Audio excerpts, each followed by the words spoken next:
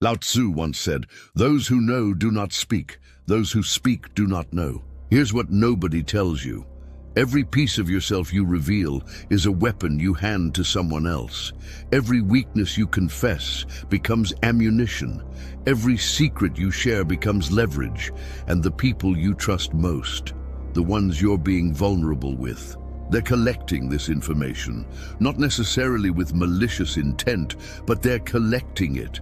And when the relationship shifts, when the friendship ends, when circumstances change, that information doesn't disappear. It gets used, maybe subtly, maybe directly, but it gets used. You've been taught that openness is strength, that sharing your struggles creates intimacy, that being transparent builds trust. These are comfortable lies that weak people tell themselves to justify oversharing. The truth is darker and more useful. Strategic silence is power. Selective disclosure is wisdom. And there are certain things about yourself that should never ever leave your mind. Not because you're being dishonest, but because you're being intelligent, because you understand something most people refuse to accept. Not everyone deserves access to your truth, and giving it freely doesn't make you brave, it makes you a target. The world is not safe for your secrets. People are not as trustworthy as they seem, and the information you share in moments of vulnerability will be remembered in moments of conflict. This isn't cynicism. This is pattern recognition. This is learning from experience instead of repeating the same mistakes while calling it authenticity. Think about the last time you opened up to someone completely. You shared something vulnerable, something real, something you don't tell most people. What happened to that information? Did it stay sacred, or did it resurface later, repackaged as criticism, judgment, or gossip? Maybe not immediately, maybe not obviously, but it came back. Because humans are collectors. We gather information about each other and we file it away. And when we need to defend ourselves, attack someone, or feel superior, we pull from that file. The person you trusted with your shame becomes the person who reminds you of it. The friend you confessed your failures to becomes the person who doubts your competence. The partner you showed your insecurity to becomes the person who exploits it in arguments. This is the pattern, and pretending it doesn't exist doesn't protect you. Recognizing it does. So here are the 5 things you must never reveal about yourself. Guard these like your life depends on it, because in many ways, it does. First, never reveal your next move, your plans, your goals, your ambitions.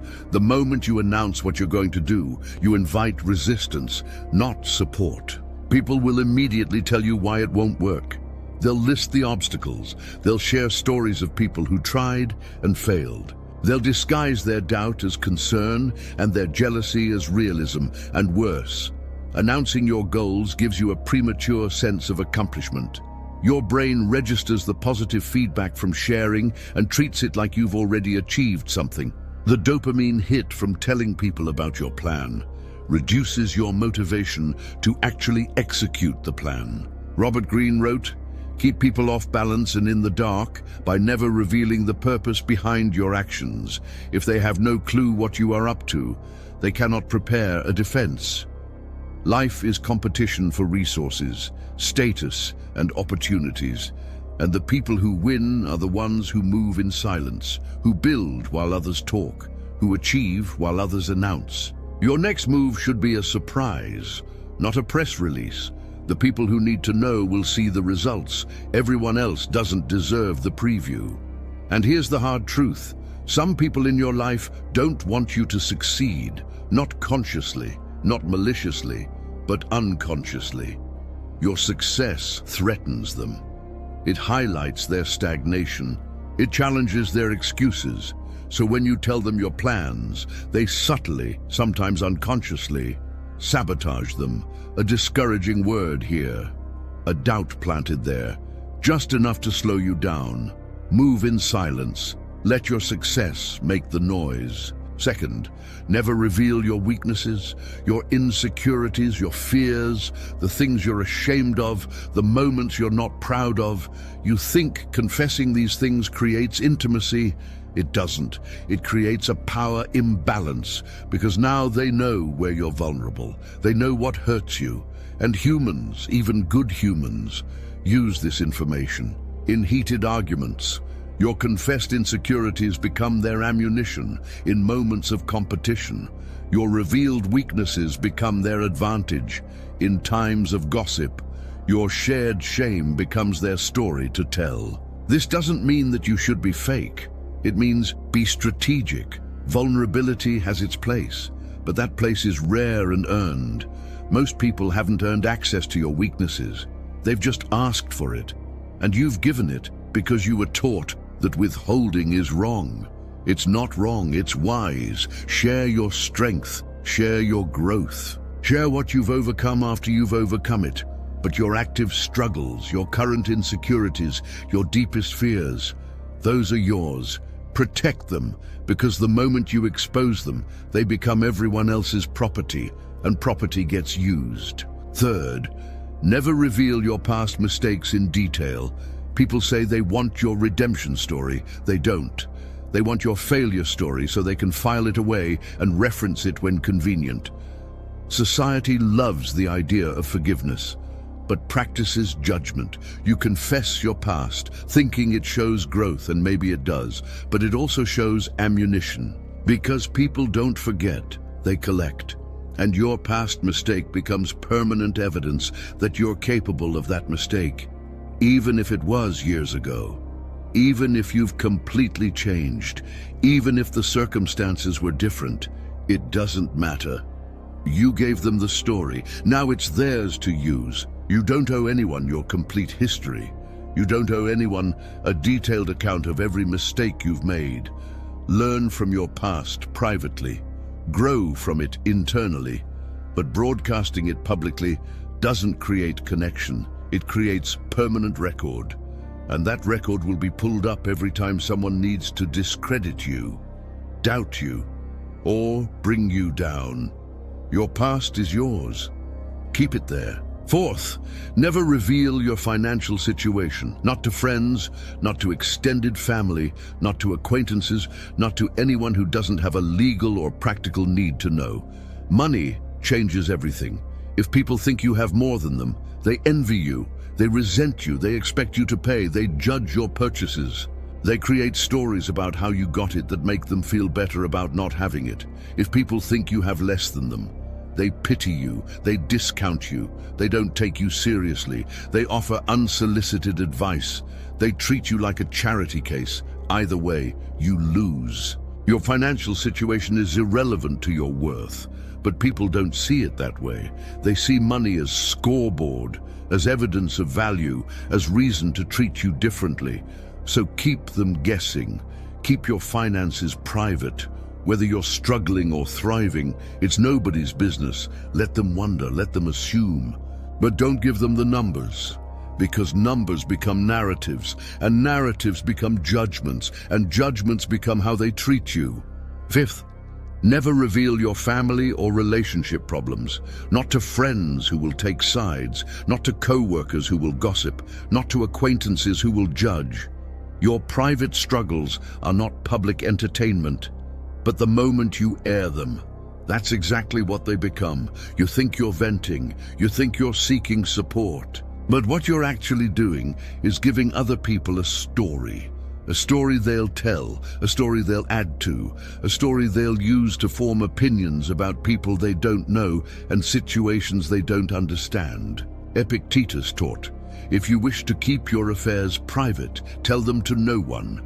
The moment you share your private struggles publicly, you lose control of them. Every person you tell becomes a permanent witness. They'll remember the complaint long after you've forgiven. They'll hold the grudge long after you've moved on. They'll bring up the problem long after you've solved it, and in doing so, they'll keep wounds open that should have healed. your relationships, your family dynamics, your private struggles. These are sacred spaces. Treat them that way. Protect them from outside judgment, outside interference, outside narrative. Here's what people don't understand about privacy. It's not about having something to hide. It's about having something to protect. Your dignity, your power, your peace. The moment you make everything public, you lose all three, because now you're subject to everyone's opinion, everyone's judgment, everyone's unsolicited advice. And most people are unqualified to have opinions about your life. They haven't lived your experience. They don't know your full context. They don't understand your values. But they'll judge anyway, and their judgment will weigh on you if you let it. Strategic silence prevents this. Holding back doesn't make you closed off. It makes you controlled. Controlled about who gets access to what. Controlled about who deserves your truth. Controlled about what information exists in the world about you. The people who need to know everything about you are the people you should tell nothing, because the need to know is a red flag. It's curiosity disguised as concern. It's gossip disguised as caring. It's collection disguised as connection. Real relationships don't require total disclosure. They require total honesty about what you choose to share. There's a difference. You can be completely honest without being completely open. You can be authentic without being transparent. You can be real without being raw. This is the wisdom that people who've been burned understand, and people who haven't been burned yet refuse to learn.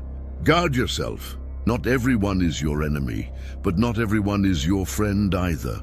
Most people are neutral. They're not trying to hurt you, but they're not protecting you either. They're living their own lives, fighting their own battles. And if your information helps them somehow, they'll use it, not maliciously, just practically. This is human nature, and understanding it doesn't make you paranoid. It makes you prepared. You don't owe anyone your story. You don't owe anyone your struggle.